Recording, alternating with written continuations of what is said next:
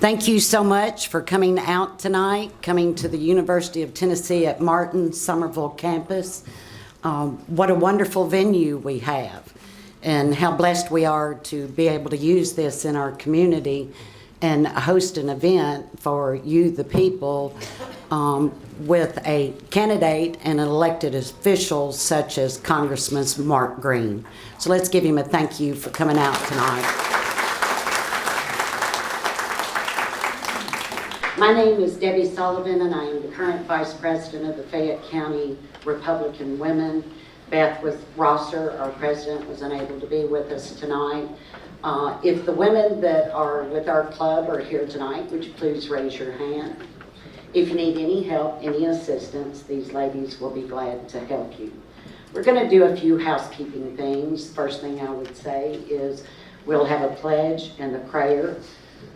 I've told the girls leading those, it's going to be like we're going to pledge our allegiance to this country, and then Lord knows we got to pray for our country.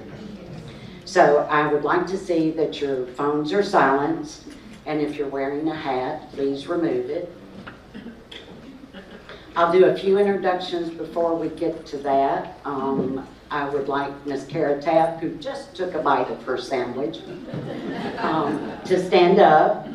Kara is the director of the University of Tennessee at Martin Somerville campus and has afforded us a lot of liberties for this event. So thank you very much, Kara. That includes our video guide tonight, Nathan Morgan, who actually came from the University of Tennessee Martin for this event because Mark Green is a big deal. And we need to have a record of it. So he's going to see to it that we do. He's doing that in the absence of our own Amelia Carson, who is out of town right now. Another host for tonight's event is Mr. Ken Sutton. Ken, would you please stand up? Ken is the chairman of our Fayette County Republican Party. And we thank you, Ken, and the other members of the party for co-sponsoring this event with us. Colin is not here yet, but we have Colin Rosser, who is president of the Young Fayette County Republicans. Both Colin and Beth, as a result of their positions, also serve on the county GOP. Our Fayette County Mayor, Skip Taylor, who's sitting at the head table with our congressman. City Alderman of Somerville, Mike French.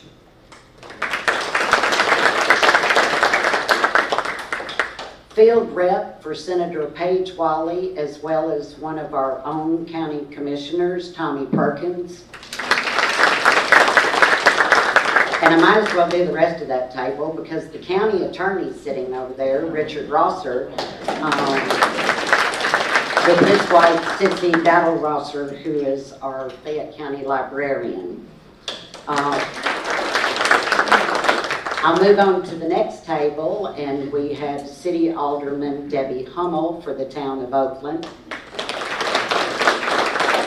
Have y'all ever noticed if you have a politician in the house, you have more than one? So I hope that I recognize everybody. I'll apologize ahead of time. But sitting next to Debbie is her newlywed husband, Hal Rounds, who is a shoe-in for the Fayette County School Board District 3.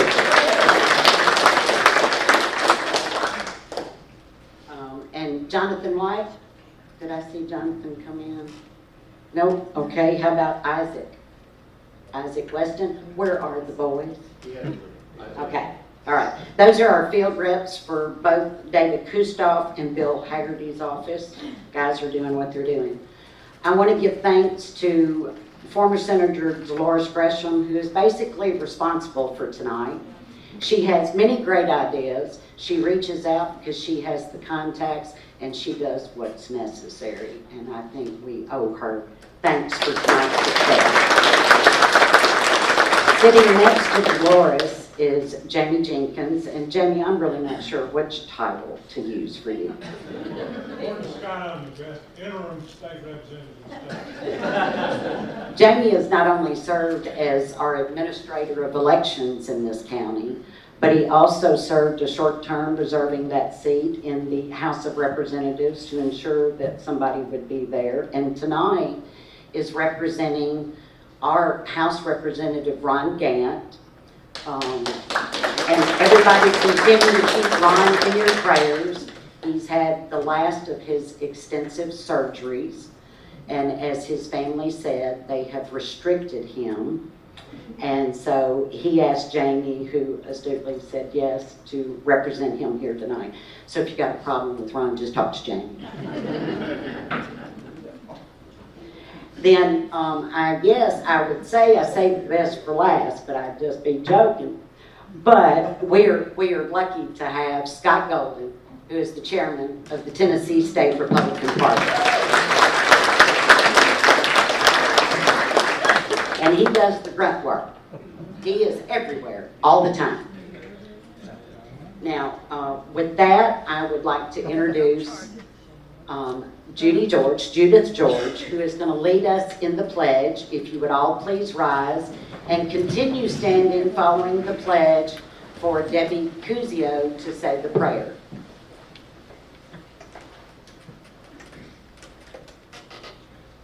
Pledge allegiance to the flag of the United States of America and to the republic for which it stands, one nation, under God, indivisible, with liberty and justice for all. Good evening. Let's bow and let's say prayer together. Most gracious Heavenly Father, we invite your presence upon our gathering tonight. May we find during our time together a common good, a greater purpose, and many productive means to bring glory to you. May we be united in heart and mind as we lift our prayers to seek your guidance in all that we do. Grant us the wisdom to navigate challenges, the strength to persevere, and the insight of recognition the significance of every single moment. We thank you for your protection to protect our country. We thank you for your many blessings, for it's in Jesus' name we pray. Amen. Amen. Thank you. So the way it'll go tonight is we'll have Mayor Skip Taylor come up and do the introduction. Congressman Green will be here to make his presentation, at which time we will entertain a Q&A that will be moderated by Scott Golden. And at the end, in hopes that we have Congressman Green exiting at 8 p.m., will be an opportunity for photo ops at that time. So with no further ado, I would like to introduce my good friend and our county mayor, Skip Taylor. Debbie, thank you very much for the introduction. Folks, I want to thank y'all for coming out to an event like this. It's not often you get a lot of folks on Friday afternoon to come out to the event, but we've got a great speaker tonight, and it shows the support that we can give him. So thank y'all very much. With no further ado, let me just do a couple of introductions.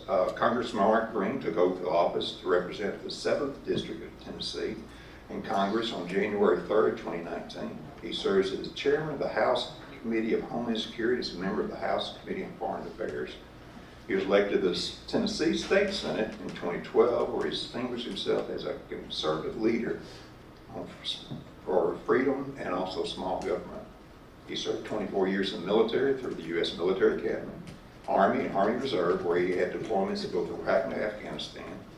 He served as a physician in the Army, and afterwards he founded an emergency staffing company that grew to over $200 million in annual revenue. The company provided staffing to 52 hospitals in 11 states.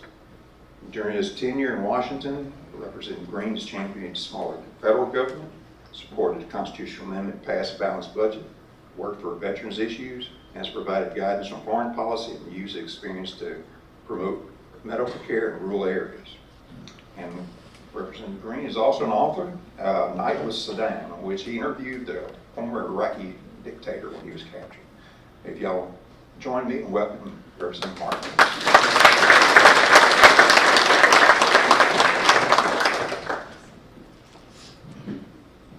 Well, it's great to be with you tonight, and I will tell you that, in all those years in the military, I had the unbelievable privilege to be in special operations for the last part of my career. I was the doctor, actually, for Delta Force and SEAL Team 6. So if you saw the movie Black Hawk Down or Lone Survivor, that was the unit that I got to be the doctor for and deployed to combat in Iraq and Afghanistan. And in fact, I was the first physician to insert into Baghdad. I inserted before Baghdad was actually taken, inserted into Baghdad with the SEAL Team 6. And when I got on the ground, I had one mission. My first mission was to find a vehicle we could use as an ambulance in the event that any of the guys got wounded. So I started looking around the airfield, and I found this Nissan pickup truck, and I thought, boy, this will be perfect. So I go over to the truck, I rip open the steering column, and I start hot wiring the truck. Now, I'm not a criminal, okay? They teach you this stuff in special operations. But just as I'm about to get the truck started, this guy with an enormous beard comes up. He reaches into the truck, physically pulls me out of the truck, and quick show of hands, how many of you here have ever gotten caught stealing a car? Anybody? Well, I thought I was a dead man, but he quickly told me the agency of our government that he worked for and that he'd already stolen that truck. That was his truck. So I start moping away, thinking that I have to tell a SEAL team commander I failed, and I think the guy felt sorry for me, and he said, buddy, down at the end of the runway, there's a powder blue Nissan Maxima, and it has the keys in the ignition. So I hoof it down there, sure enough. Sit down in the car, hit the keys, nothing happens. Lift the hood, someone had stolen the battery. So I start walking back again, thinking, man, how am I going to tell this SEAL team commander that I failed in my mission? And I passed that Nissan truck. And I'm thinking, Nissan truck, Nissan Maxima, look left, look right, no agency guy. So I stole his battery. Went right in the Maxima, it was a perfect fit. Pulled in, the SEAL team commander got in front, and the rest of the story of Baghdad falling that night. But the story doesn't end there. Several months later, I'm in the post exchange, which for the non-military in the room, that's like a Dollar General that sort of travels around the battlefield with soldiers. And I'm in the checkout line, and in walks the bearded agency guy. And he recognizes me, makes a beeline straight to me, pokes his finger in my chest and says, hey, buddy, did you take my battery that night we came into Baghdad? And I said, yes, sir, I'm a thief, but not a liar. I stole your battery. He said, no worries, I had taken that battery out of the Nissan Maxima. I said, to go get it. And then I never saw the guy again. It's an honor to be with you tonight. I actually spoke when I was a brand new state senator to the Fayette County Republican Party for your Reagan Day. Remember that, Dolores? That was a long time ago. But Dolores had extended an invitation, and I came. Because, listen, when the Marine Colonel speaks, you do what she tells you to do, right? I mean, and it was fantastic working with Dolores in the state senate and learning so much about how to be a legislator from her. And I've taken those lessons to Washington, but man, she's an amazing lady, and I'm so excited to see her still involved, making a difference. So Dolores, great to see you. Thanks for all you've done for this state. Mayor, good to meet you. Thanks for the introduction. I really appreciate that. The guy who has the hardest job in the room, probably one of the hardest, if not the hardest job in politics, is Scott Golden. I mean, he's got all these different candidates. He's got primaries where Republicans are fighting Republicans. And then after it's all over, you got to put them back together so we can take on the Democrats in the fall. Scott's doing an amazing job for the state party, the toughest job in politics, I think. Let's give Scott a round.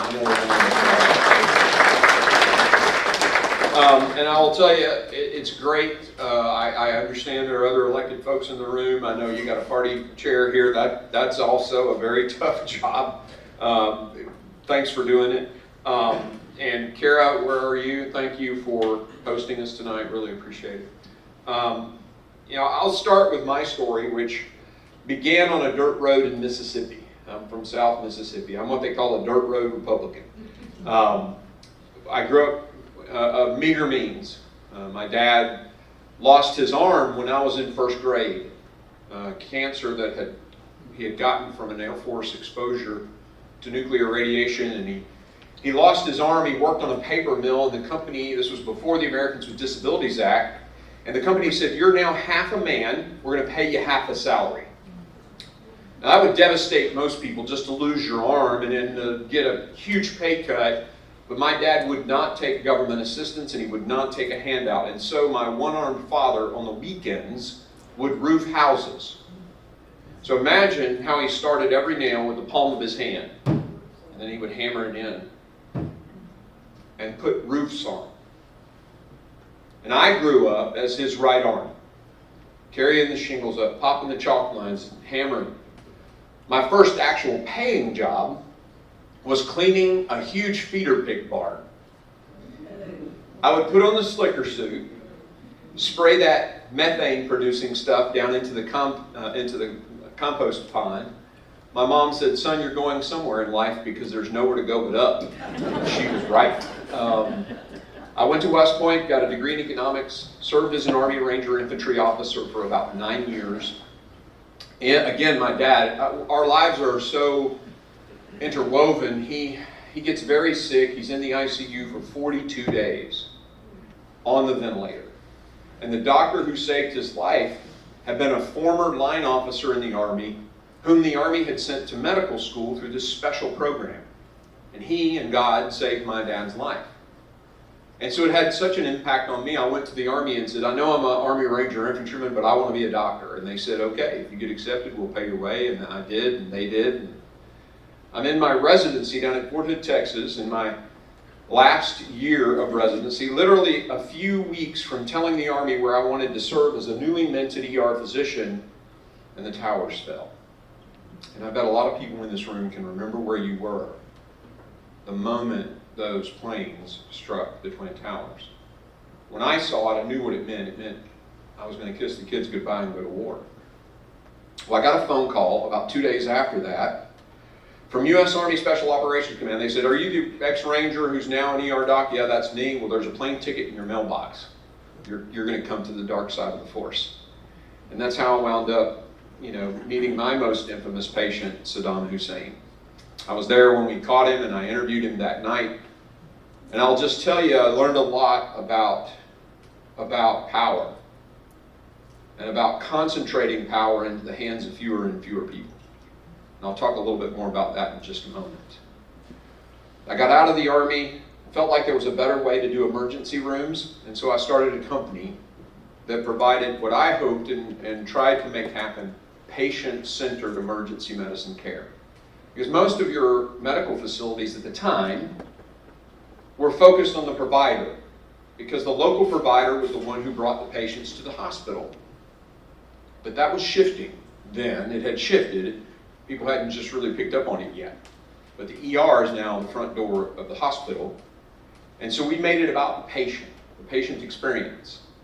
And so we built a very successful company, sold that company, and served again with Dolores for 6 years in the Tennessee State Senate. And I think my proudest accomplishment there, I passed the bill, that I carried the bill and passed it. I actually ran it 4 years in a row and finally got it passed, ending the Hall income tax to make Tennessee a true no income tax state. And the impact was obvious because Kiplinger's had been rating Tennessee about 38th in the nation, best place to retire. And within a few weeks of us passing that bill, we jumped to number 4. So I knew we had made a difference, right? Bob Corker decides not to run for re-election. Marcia decides to run for the United States Senate and calls me and says, he's announcing in 30 minutes. 30 minutes after that, I'm announcing. And I said, well, 30 minutes after that, I'll announce. And sure enough, I ran unopposed in an open seat Republican primary, which is, thank you God, and won. And I've been in the U.S. Congress now for going on 6 years. And a year and a half ago, at the beginning of this last Congress, they saw fit to let me have a gavel and be the chairman of the Committee on Homeland Security. And it's been an incredible honor. It's been a lot of work, but it's been an incredible honor. You know, our nation right now is probably at its most unsafe, unsecure place that it's been in decades. The open border, the open southern border, is a national security nightmare. And it is doing so many bad things to the country.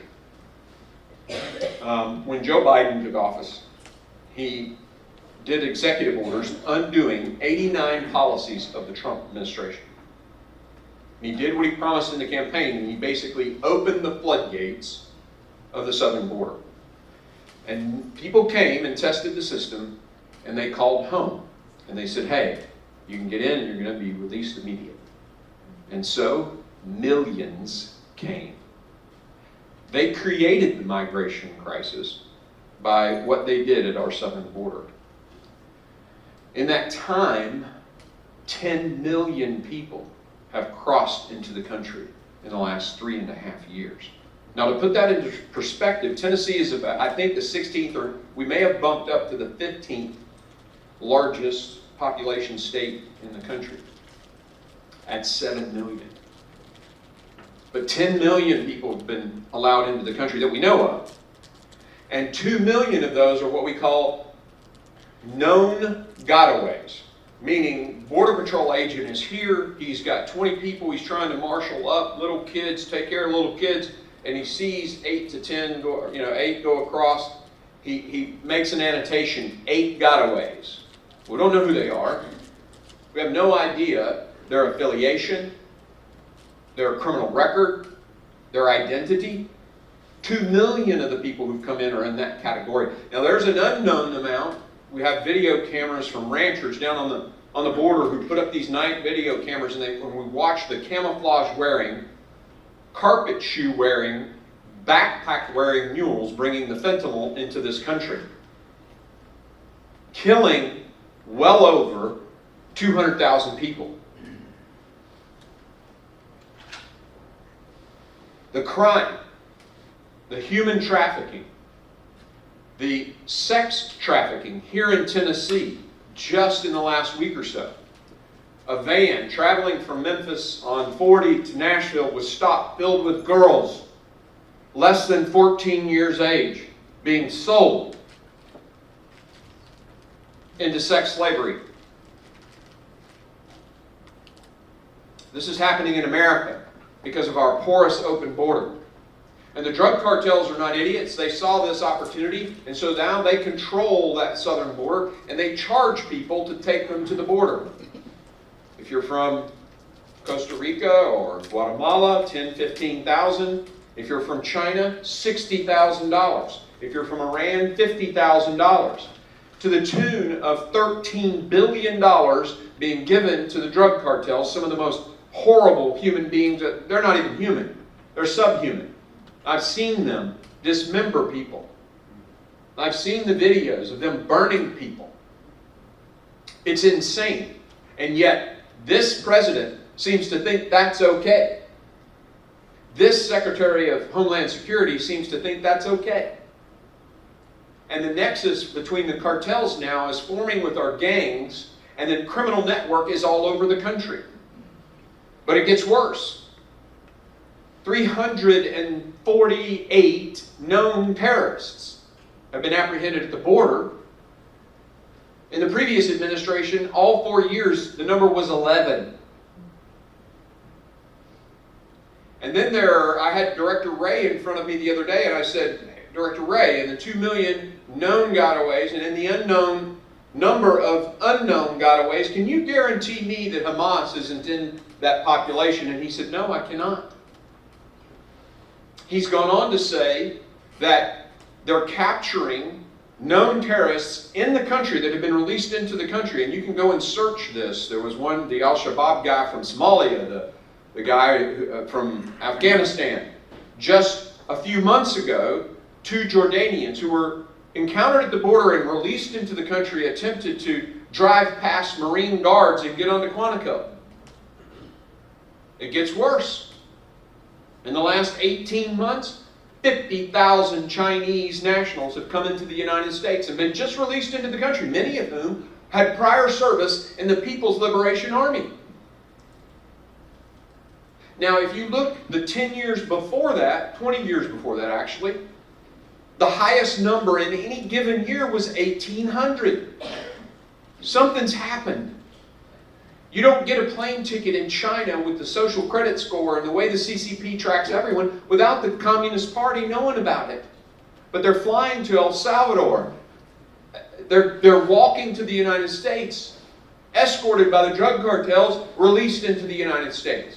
If we go to defend Taiwan, we've had 100 incidences of Wall Street Journal. You can check out the article. In the last 3 years, 100 incidences of Chinese tourists who have rushed into the gates of military installations with cameras. A Chinese police station we discovered in New York City. It doesn't take a rocket scientist to understand the national security threat of our southern border. And because of all this, I and my committee led an 11-month investigation to get to the bottom of it. And about 6 weeks ago, I walked the impeachment articles for the first sitting cabinet secretary in the history of the country to the Senate. We impeached Alejandro Mayorkas. And he will live always with that being the only cabinet secretary, sitting cabinet secretary in the history of the country to be impeached.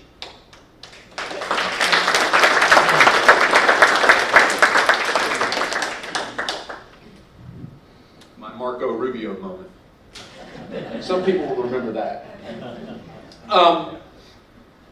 And some people say, well, why did you do that? You knew the Senate wasn't going to do their job. Well, I went to West Point, and the motto is duty, honor, country, right? We did our duty in the House.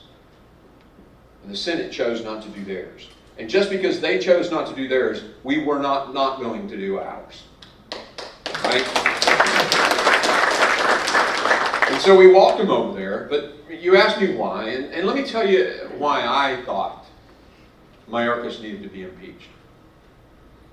It goes back to that Saddam interview. One of the things I asked Saddam Hussein was, why did you invade Kuwait? Why did you start the Gulf War I?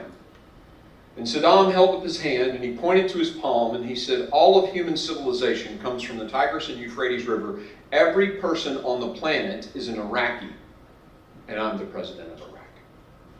Saddam was essentially saying he was the king of the world. And you ask yourself, how does a person get to that point in their head, right? Well, it reminded me then, and every time I think about it since, that old adage that says, absolute power corrupts absolutely. If you concentrate power into the hands of fewer and fewer people, in this case in the hand of one man, you get tyranny every time. Our founders were brilliant. They had just overthrown a king, a monarch, a dictator. And they said, we want to build a government that guarantees freedom. And so what they did was they created 3 separate branches of government, equal branches of government. One would write the law, one would execute the law, and the other would adjudicate the law.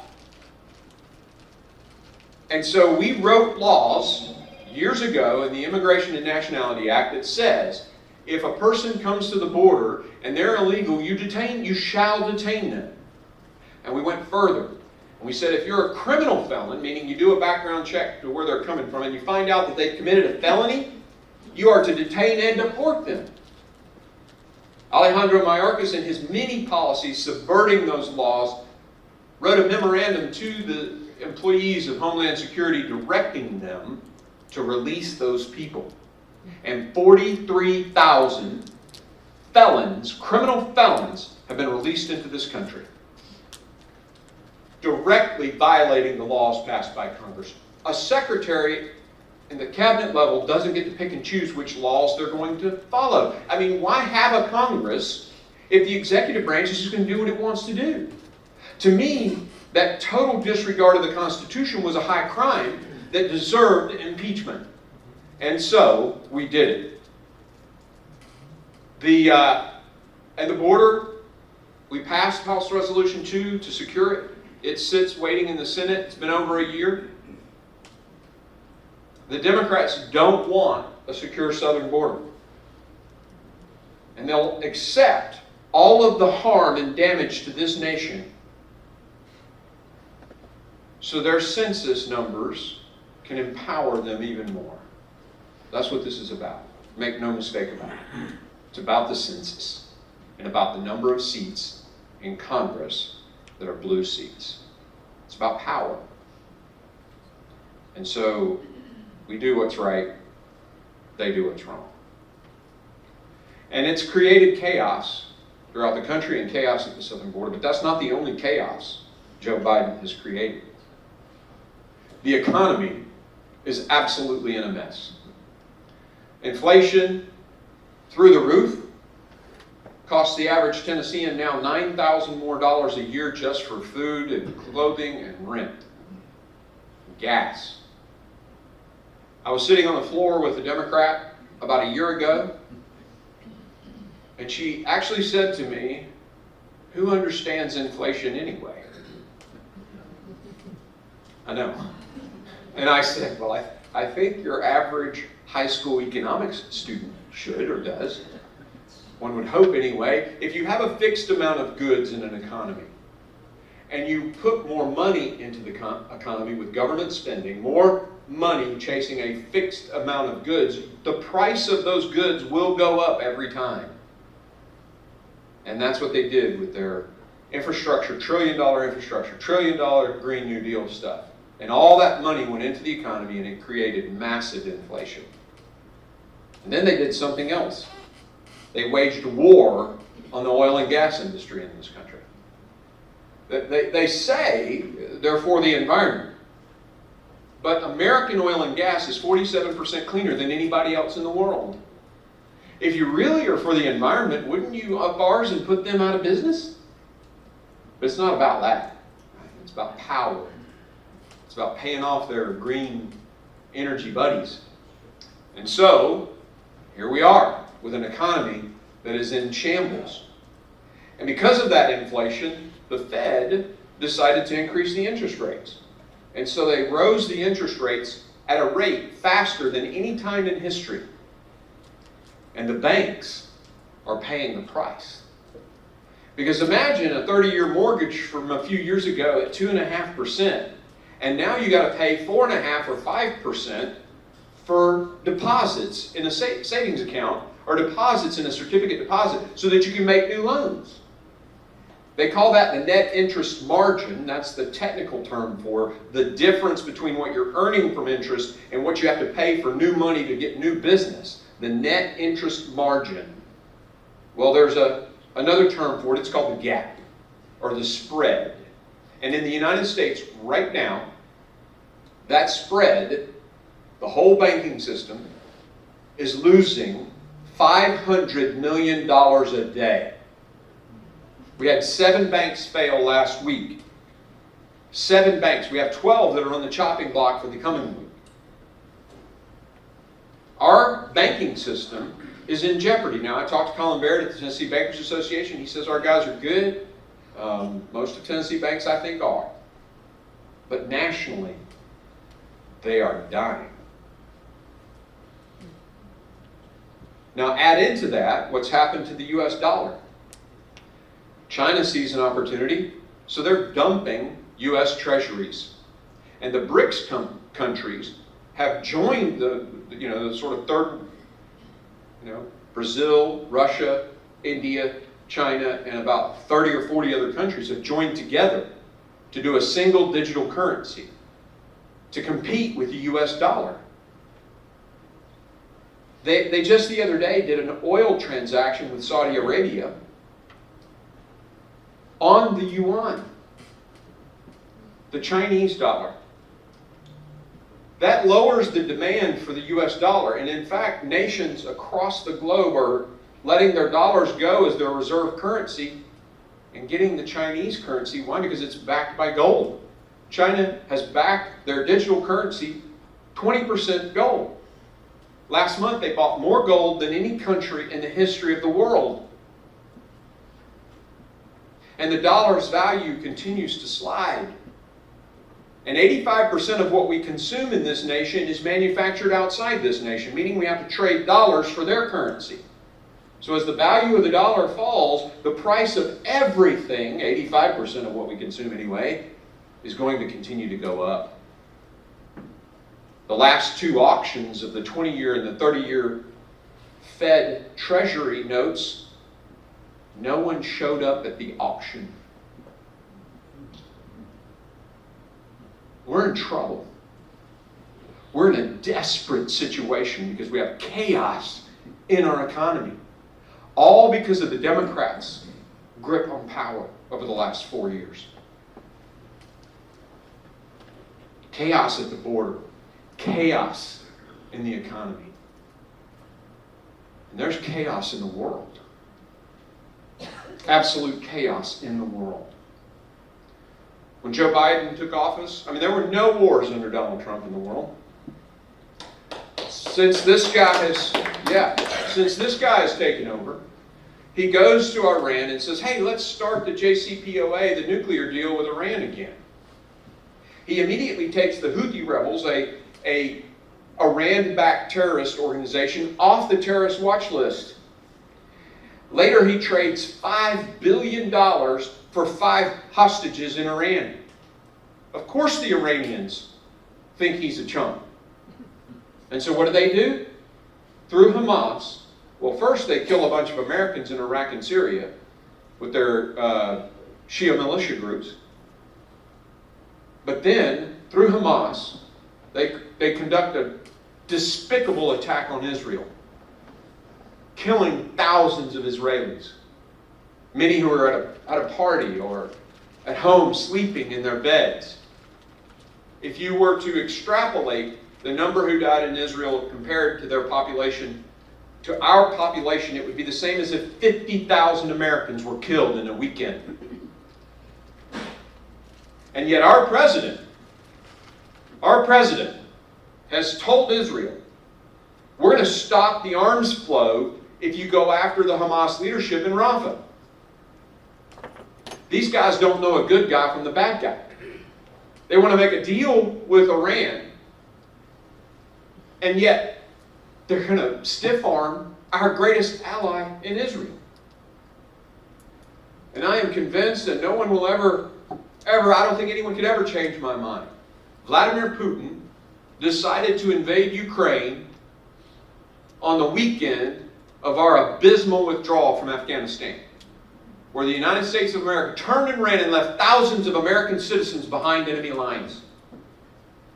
Despicable act by our president. I recently had dinner with Boris Johnson, the former Prime Minister of the United Kingdom.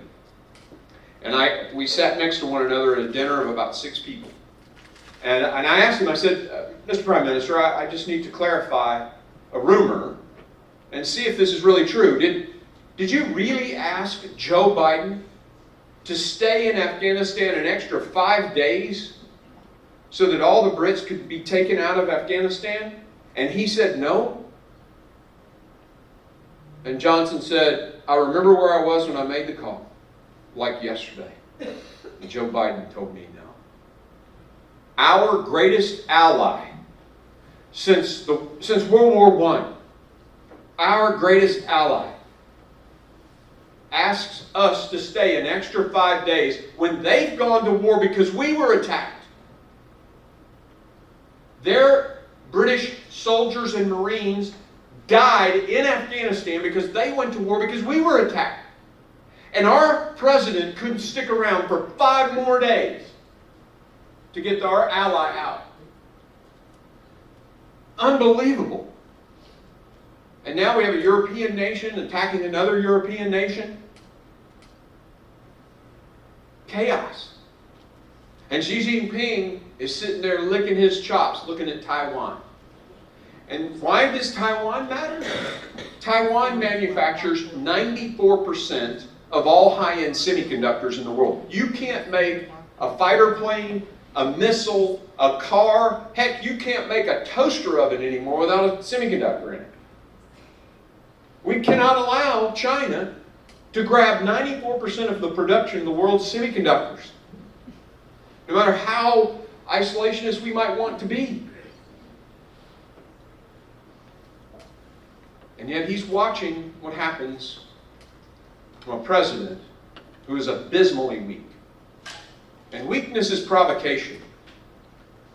Weakness is like slapping the bully in the face. And that's what we've been doing. And now there's chaos, not only at the southern border or in our economy, there's chaos in the world. We sit on the brink in the Middle East right now. I could go on and on and on. America has not been in this kind of trouble for a very long time. And why do I paint this, what I think, very true picture of where we are? It's because November's coming. November is coming, and we need every one of you in the trenches. We cannot let a Democrat win a single position in office. Because this is who they are. Trust me, the kids on college campuses right now who are yelling death to America and death to Israel and waving Palestinian flags, not a single one of them is voting Republican. Something has happened to the Democrat Party. It is not what it used to be, and they cannot be allowed to win another single election. Not until they get their head out of the sand.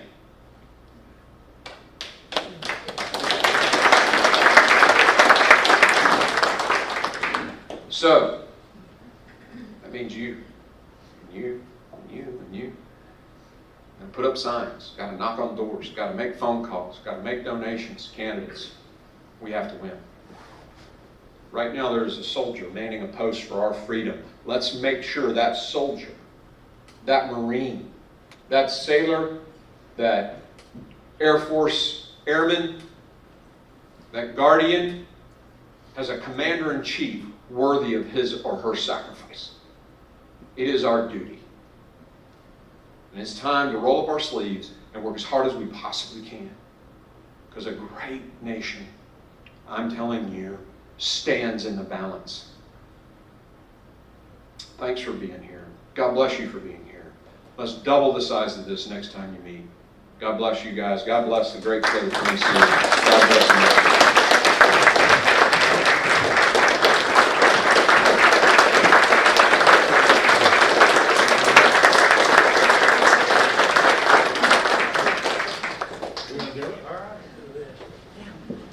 Wow, that was powerful.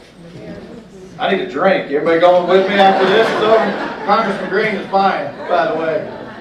Wow, you've highlighted a lot of issues that, oddly enough, don't get covered a lot on MSNBC. They're kind of buried, but I guess so. We're going to do a little moderation. Let everybody ask some questions. I'm going to start off with one, which is. You guys don't know it, but Congressman Green shaved his beard to be here tonight. You gonna tell him? Sure. So I had a trip to Istanbul, Turkey, and thought, well, I'll grow a beard, and blend in a little bit. It's funny though, Nashville's motto is, y'all ain't from around here. Well, I got over to Istanbul thinking I was going to blend in with a beard, and I opened my mouth, and my southern accent popped out, and the guy goes, you ain't from around here, are you? No, I'm not. I'm from Nashville. It turned out to be a little wider than I thought it would. And, so some people said, boy, you sure look older. And so shaved it off, so no more beard. Okay. Now you mentioned Istanbul, and I don't know, can you talk about where you're going to be, what you're going to be doing next week? Oh, I already went to Istanbul. No, Next week. So next week, I commanded in the 82nd Airborne Division. And there were 2 American divisions that jumped on June the 6th, or actually they jumped the night of June the 5th, on the D-Day invasion.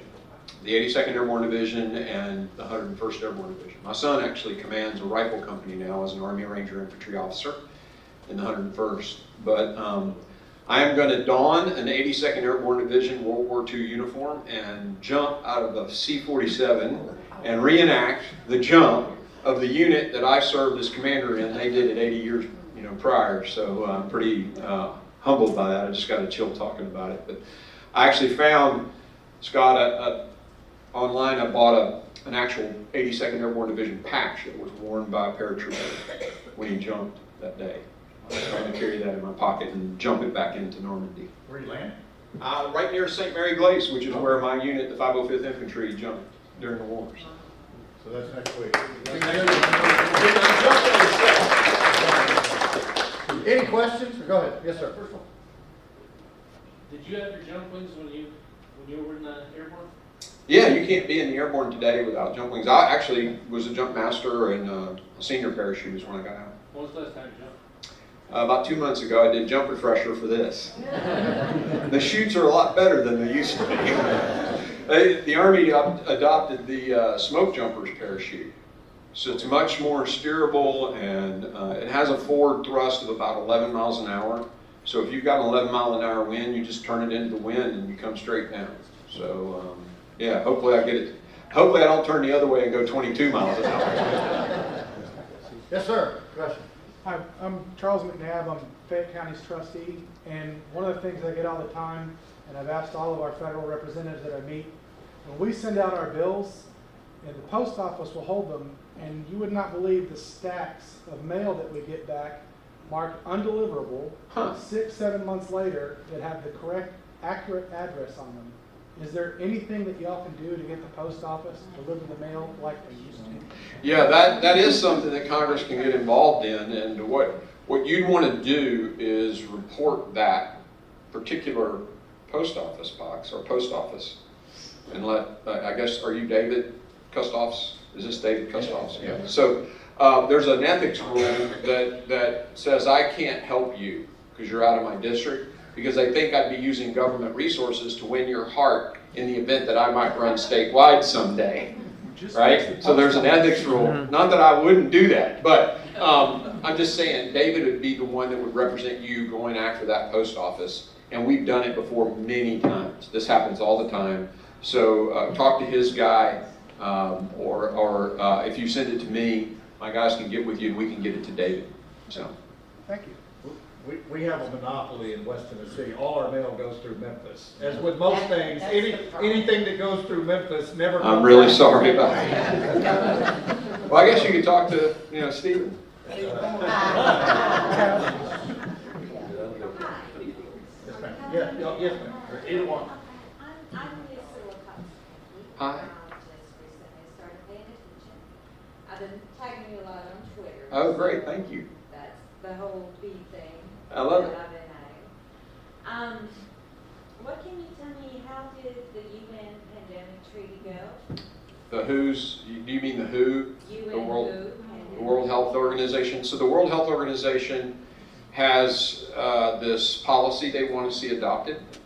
What's that? The IHR? Yes. So there's a lot of questions about this. I get questions about this all the time. And people are concerned about it, and rightfully so. So, these. I know about it, I just wanted to. Well, I'm just making sure everybody else kind of understands. Yeah, the concern is whether or not it can supersede U.S. law. Even if we are an agreeer to the World Health Organization, let me just say it doesn't become the law of the land unless it becomes a treaty. So that requires the U.S. Senate to pass it by 2/3, which will never happen. And so, let's say, for an example, they said next pandemic everybody in the world has to be vaccinated or whatever.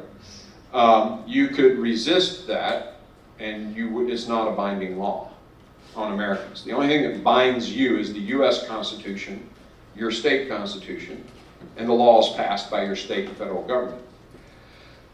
If it were to be signed as a treaty, though, then the Constitution is very clear. It becomes the law of the land, and those are the exact words of the Constitution in regard to treaties. But it is my genuine belief that World Health Organization policy would never be signed as a treaty, and so I don't think we have to worry about it. But it's something we have to watch and keep a very close eye on. So, well, if we could let everybody get a chance, and then maybe come back for seconds. Yeah, let everybody get one question, and then we'll come back. A C-47, good luck with that. Yeah, thanks. Never mind. So we just had a former president and a candidate for president convicted in a court on 34 counts of whatever. And your thoughts on? Sure. Look, the DOJ itself, which is, quite frankly, compromised itself at the federal level, chose not to prosecute on this issue because they didn't see a crime there. And a state court inside the city of New York decided to take misdemeanor charges and trump them up to a felony, and forced 34 indictments and 34 convictions now through a jury. It was a kangaroo court. The judge violated Mr. Trump's constitutional rights on multiple levels. And, you know, honestly, what the Democrats have done is just energize the base of the Republican Party beyond anything that's ever happened. Trump last night, I think, raised $34 million. They crashed his own fundraising site, and I think this is going to backfire on them. As Marco Rubio said last night, they elected Donald Trump president. So certainly hope that's the case. But yeah, this is travesty, an absolute travesty. More questions? Yes, sir. Is the, Go ahead. my name's Bob, I'm sorry. Is the House Armed Services Committee, I know it's not your committee, are they doing anything about this wokeness in the military? So it's a great question. They are trying. They have various amendments to the National Defense Authorization Act. For example, I mean, I did it when I was on the committee. I'm the guy that kept the vaccine discharges from getting a dishonorable discharge. I made sure that it was honorable. But they keep doing those kinds of things to try to undo some of the wokeness at the DOD. But we're not going to get rid of woke in the DOD until we run the presidency and there's a decent Secretary of Defense sitting there. But hopefully the next Secretary of Defense goes in there and fires every 3-star general who won't send an email without having a lawyer read it. We've lost the warrior ethos at DOD amongst a lot of the leadership. I can't say all of them, but a lot of the leadership there is they're bureaucrats. And we have got to go in there, whomever gets the nod to be the Secretary of Defense, and just clean house. But that's got to happen at every bureaucracy, because the swamp, I'm going to tell you, it's not a swamp, it's Chernobyl. It is bad. It's killing the country. I mean, there are thousands of crimes now where Americans can be incarcerated that were never voted on by an elected official. Just some regulator decides to write a regulation and make something illegal. And fortunately, West Virginia very successfully sued the EPA and the what do they call it when the opinion is not the dissenting opinion, but the concurring opinion? The concurring opinion on the decision basically said that's against the Constitution. The Congress is supposed to write these laws. And so hopefully other agencies and other states can sue other agencies, and we can reverse this trend. But it's going to take, I don't know, you may have heard I was stepping down and not going to run for re-election. I don't know if you all saw that in the news. I actually withdrew from running for re-election. I thought I was, well, you feel the same way I do, but pretty frustrating. But I got a bunch of phone calls from state legislators and the U.S. senators, and Marcia called, and the next thing you know, Trump calls me. And Trump says, and I'll never forget, I was in my basement. I got 4 or 5 people in the basement who were having an adult beverage, and I look at my phone and it says POTUS 45, and I hold it up and say, should I answer this? I'm like, yeah, answer it. Put it on speaker. Put it on speaker. That's Mr. President. It's like, Mark, you got to run for re-election. This has to be the first time in history a U.S. president has called a congressman and said, run for re-election. I said, probably so, sir, I'm in. So I'm running again for re-election, and it's, thank you. And it's really, what's going on is, in the government, I mean, it has to be undone. And so I'm in the fight for another term. We'll see how it goes. Well, we got one over here. It should be noted that I begged him to run. He did, yeah. Yeah, that was one of the phone calls, along with about 2,000 texts from my constituent. Yes, sir. Congressman Green, Mike French, I'm an alderman here in town. Thank you for serving. Thank you very much, sir. You mentioned the Hall income tax. Yes, sir. It adversely affected cities all across the state. Sure. And we have not been made whole. When you become governor, we would I like how you think. If you would help us support the state share taxes where we were left out in the 1 cent increase in 2001, we get 4.6% of Sure. We were stair-stepping that down so that you guys, so the adjustments were supposed to be made. Now, we'll look at it, and I'm glad to look at that. Thank you very much. Yeah. Go ahead. Go Navy. Yeah. Beat me. Congressman, thanks for And coming. by the way, we're trying, probably shouldn't even say this, but we're trying to get the Army-Navy game to come to Nashville. When the new Titan Stadium is built, my goal is Army-Navy, Army beats Navy there in Nashville. So. That would make it worthwhile. This is an in-house discussion. We have rifts in our party that go beyond just differences of opinion. And this is the elephant in the room, pun intended. What does it mean to be a Republican right now so that we can all start pulling in the same direction? It's a great question, because when I was actually in that period when I wasn't running, I went on television to explain why I was getting out. And one of my buddies, Leland Vittert, who's a reporter, and I don't know if you ever watch News Nation Now. It's a new channel, relatively new channel. Leland Vittert had been at Fox News, and I knew him when he was at Fox News, but I also knew him when he was embedded in special operations overseas. This guy, went into Ukraine when the first invasion happened. He was there in Libya when Gaddafi was killed. And he's not your typical news anchor. And his questions, even though he's a friend, they're the hardest I get, right? I have to prepare. But one of his questions was, what was the one thing, the greatest lesson you learned in the 6 years you've been here? And I think this is how I answered it, and I think it'll partly answer your question, and I'm going to answer with some other stuff. But the Democrat Party votes its ideology. They vote lockstep. I had that same congresswoman who understands inflation anyway, told me last August in Ireland, we were on a congressional delegation trip, and she said, I don't understand why Biden hasn't fired Mayorkas. And I said, well, why don't you vote with me to impeach him? And she said, because I would lose an arm. Now they vote lockstep. The Republicans, we vote our district. We believe in representation, representative democracy, right? We believe in representative democracy, and so we vote the people we represent. And you take a guy like Brian Fitzpatrick, who is in a Biden 13, meaning Biden won that seat by 13 points. That seat, those people, that 760,000 people he represents, are way different than my 760,000. And so, we disagree sometimes. And with a thin margin, and in the case of what it is right now, just one body, it's really hard to get anything done. And so that's part of the difference, at least at the congressional level. Now, we have got to, and this goes beyond just rifts in the party, it goes to the heart of the rift in the whole country.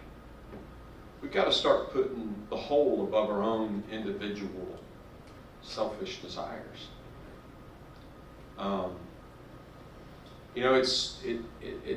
It's really the rhetoric in the country is horrible. And when I went to Congress, I said, I got to do something about this, because the divide in America is the worst threat to America. If Americans are united, we can fix anything. We can take on any challenge. So I started this Reagan O'Neill Club, I call it. Ronald Reagan, Tip O'Neill. They fought like cats and dogs in the daytime, and then they'd go out for a little Irish whiskey at night. And they would pick a topic. Let's talk baseball this week.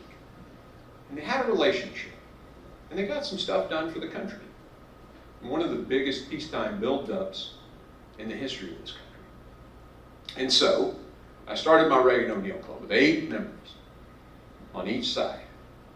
And they would come and I'd say, don't talk policy, don't talk politics, just get to know one another. That club is now 30 and 30. 30 Republicans and 30 Democrats. And we'll be meeting at my house on the 13th of June. But this divide is coming from, and the rhetoric, really it's the rhetoric, right? I mean, you and I could disagree on an issue. That's okay. I'm not going to hate you because we disagree. But we're getting to the point in America where people are like, I mean, it's vitriolic. Go read my Facebook page. It's horrible what people say. And I think it started with texting. And kids would text because now we've taken away that face-to-face interaction, right? And so the face-to-face interaction is gone, and they say things they would never say face-to-face. And then social media came about, and social media basically amplified it. Because it's like a drug. You want those likes and shares. And so kids would have a prominent person like my post. And so people would say even more egregious things in order to get more likes and shares. And then something happened inside of us. And there's a great description of this, what happens to our human heart in Corinthians, where he talks about how you break down the wall of the conscience, and it becomes easier and easier to do wrong things. Or what we would tell our kids, if you quit once, it becomes easier to quit again and again. If you do wrong, it becomes easier and again to do wrong, right? And so now people say it to each other's faces. Horrible things. And so this conscience, this heart of people has been darkened a little bit. And if we really want to save the country, we have to get back to we being more important than me. And that just happens to be the title of the book that I've got coming at me. We before me. If we don't get there, we're lost. I wasn't a planted question. No, it wasn't. But, Mr. Rounds over here, and then we'll wrap it up. Dr. Green, I think that some of this stuff isn't just because of the social media. I think that there has been, ever since the Department of Education was set up under the Carter administration, constant increasing poison against American history. There's no doubt. Against our values. No doubt. Is there any way we can work to abolish the Department of Education? Yeah, I think that's a brilliant idea. We should absolutely abolish the Department of Education at the federal level. There's no constitutional authority for the federal government to have any say in education. So I would agree with that. You asked, though, is there any change? That's the question. That was your question. I would say it's a very slim chance. There are a lot of Republicans who would vote yes. Maybe not enough. Because they're sitting in a Biden 13. So do we give up the fight? No, we keep fighting for that. And we keep suing the heck out of the federal government. That's why when I got out, and this kind of was what I was going to say earlier, the fight isn't inside Washington now, it's with Washington. So the states have got to start fighting back and sue the federal government and tell the federal government, keep your money, we're going to do it differently, and or we're just going to do it differently. I mean, we need elected officials who'll say, well, come put me in jail. We're not doing that. I mean, seriously, because what's happened is just what I described earlier about concentrating power into the hands of fewer and fewer people. We've concentrated power over the last 60 years into Washington, D.C. with this bureaucracy, right? And it's leading to tyranny. And so it's time to push back and push back harder. All right, we're going to go rapid fire, real quick. Back to Trump. Here in Scuba, that the RNC is going to try and build some switch for Never Nikki, who just signed her name on a bond to go on women and children. She knows we want them all gone, yes, but she knows they use single children, women and children. She's gladly signing her name on a bond there for women and children. Never Nikki. DeSantis betrayed. There's never going to be DeSantis. So the RNC needs to get its delegates together. We voted Trump. We want Trump. I have not heard that. What are we going to do about As one of them? Yeah. As the, yes, 58 delegates. Yes, I'm one of the delegates, yes. I'm on the platform committee. We had a delegate call last night. I explained to all of them that they actually don't get to cast a vote for Trump because all 58 from the state of Tennessee are already for Donald Trump. Thank God. And so, Yeah, I haven't heard anything about that. Yeah. So there you What about the sentencing date? 4 days before the convention. Yeah, don't worry about all that. It's all junk. They're gonna put stuff, there's too much media, social media stuff online anyway that doesn't really ring true. Yes, sir.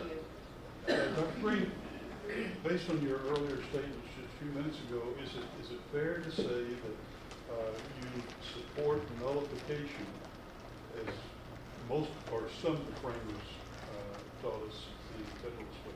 Yeah, so I definitely believe in the state. If the federal government is exerting a power that it doesn't own, the state should push back and say, we're not going to participate in that. 100%. So. This time. It is. Well, I'm going to end it with, you need to talk about your race that you have. Yes. There are, tell them how many members of Congress, what the breakdown of the districts are. Sure. Get into what you're looking at the next 180 days. So I'm running against the former mayor of Nashville, the Democrat former mayor of Nashville. And in the redistricting, I picked up 1/3 of Nashville. And I did not get the Republican part of Nashville, okay? It's a 10-to-1 ratio, 10 Democrats for every Republican. So I'm in a little bit of a different race than I've been in ever before. And right now, she has raised almost as much money as I have. So we're not taking this for granted. That former mayor ran against the Democrat to go into that mayor's position, who was worth about $250 million, and who had both Clinton and Obama's endorsement, and she beat him. So, if you do want to make a donation across lines, I know David comes into my district all the time raising money. MarkGreenTN.com, MarkGreenTN.com. Thanks, brother. Yeah.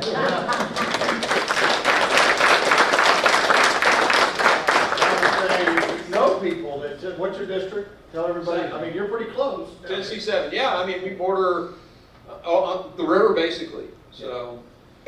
So notify your friends, Congressman Green, and he's going to be a little too modest to say it, but the reality is that Tennessee added another Republican. That one seat was because of what Tennessee did. But we added the 8, but in order to do that, we had to make one district a little more vulnerable. His district is the one that's more vulnerable. So he's the one that is actually taking on the burden of us having the majority in Congress. Yeah. So, friends in Nashville or east of the river, it's time to call them and say, hey, there's a race going on. I appreciate it. And I'll tell you this too, I have the only gavel in the Tennessee delegation.